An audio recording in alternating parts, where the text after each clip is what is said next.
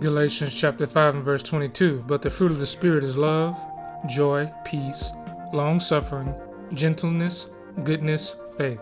All of these things mentioned are of a sound mind by way of meditating on Yah's word. Let's keep going. Verse 24. And they that are Yeshua's have crucified the flesh with the affections and lusts. This isn't just talking about fornication and adultery.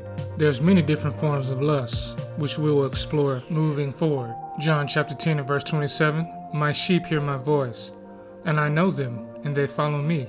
John chapter 10 and verse 5. And a stranger will they not follow, but will flee from him, for they know not the voice of strangers. A stranger is anyone who speaks contrary of Yah's word. It doesn't necessarily have to be someone of another nation. Luke chapter 16 and verse 15. And he said unto them, Ye are they which justify yourselves before men, but Yah knoweth your hearts. For that which is highly esteemed among men is an abomination in the sight of Yah. And here's the biggest reason why that is, Israel. Romans chapter 2 and verse 23 through 24.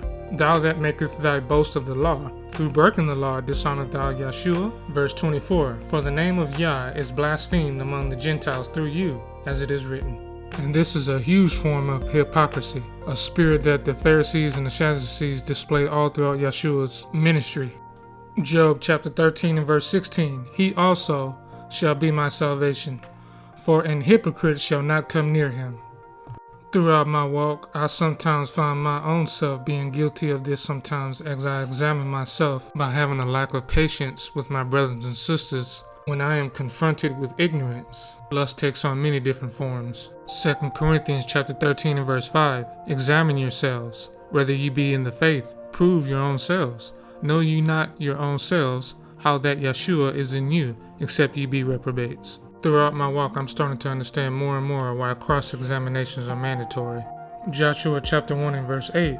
This book of the law shall not depart out of thy mouth, but thou shalt meditate therein day and night, that thou mayest observe to do according to all that is written therein.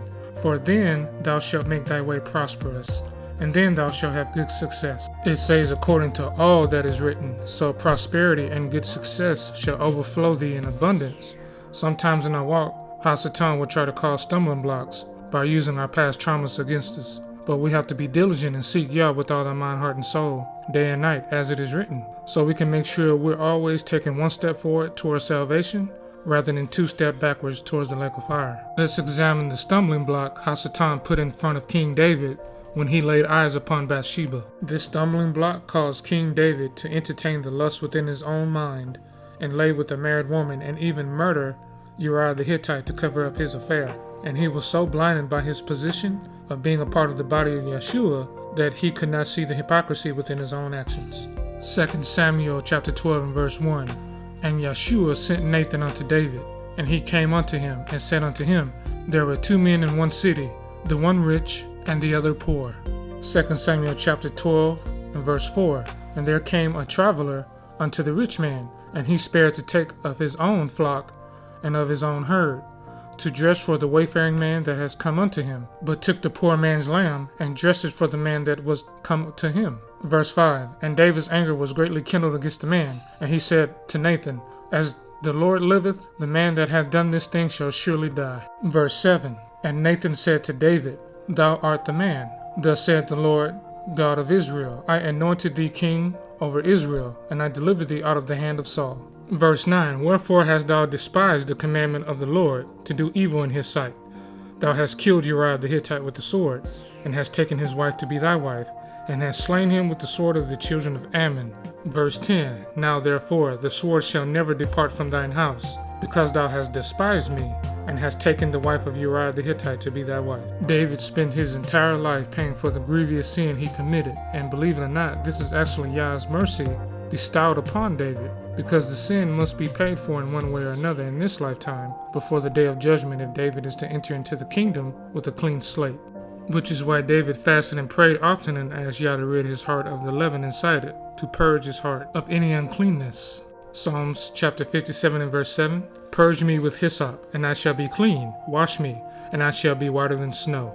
David understood what he needed to do and where he went wrong, and he even spent his entire life praying and seeking Yah to make his heart better than what it was when he sinned against him. David understood the assignment. 1 Peter chapter 4 and verse 12, Beloved, think it not strange concerning the fiery trial, which is to try you, as though some strange thing happened unto you. Hebrews chapter 12 and verse 6, For whom the Lord loveth, he chasteneth, and scourgeth every son whom he receiveth. This is also our grace period, and we need to also understand the assignment as well on what Yah requires of us. But our hearts still have to be tried in the fire, because we still have to pay for past sins in our previous life before we walking up to who we were as a people. This is nothing but Yah's love for us, because he's like he said, he chastises those he loves, in order for our minds to be renewed and strengthened, so we can live a life of abundance and blessings and peace that he wishes for all of us.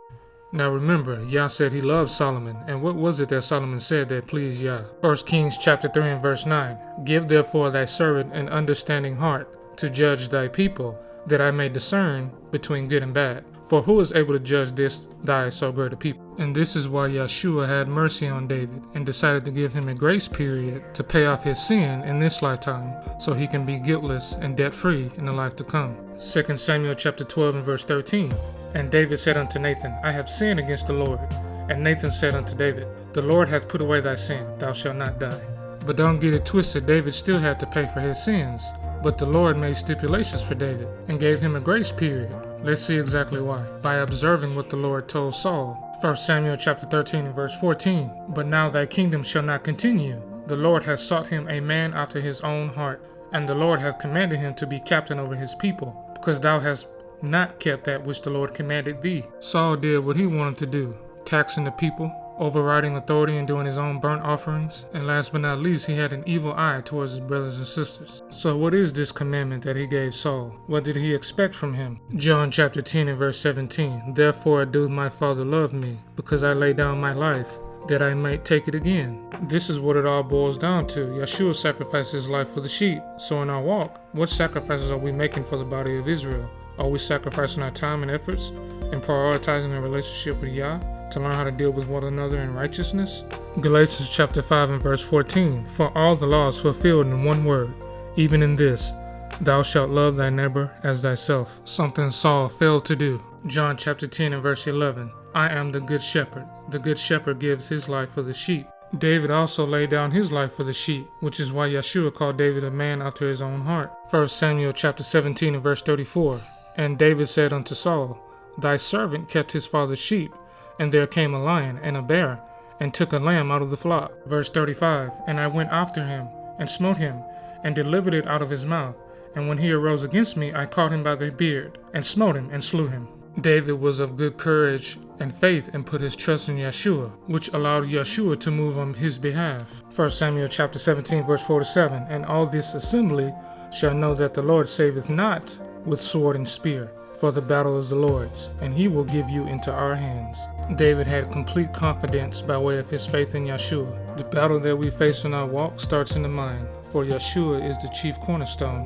John chapter 10 verse 12, But he that is an hireling, and not the shepherd, whose own the sheep are not, seeth the wolf coming, and leaveth the sheep, and fleeth, and the wolf catcheth them, and scattereth the sheep. The hireling does not put himself in danger for the sheep, because he has an ulterior motive, an agenda. He's more concerned about monetary gain, the cares of the world, etc., which is why he's called an hireling. John chapter 10 and verse 1, Verily, verily, I say unto you, he that entereth not by the door into the sheepfold, but climbeth up some other way, the same is a thief and a robber. What's the door? By having your mind be on one accord with Yeshua, by following after his examples. John chapter 10 and verse 9, I am the door. By me, if any man enter in, he shall be saved, and shall go in and out, and find pasture. Galatians chapter 5 verses 19 through 21, Now the works of the flesh are manifest. Keyword manifest, which are these: adultery, fornication, uncleanness, lasciviousness. Verse 20,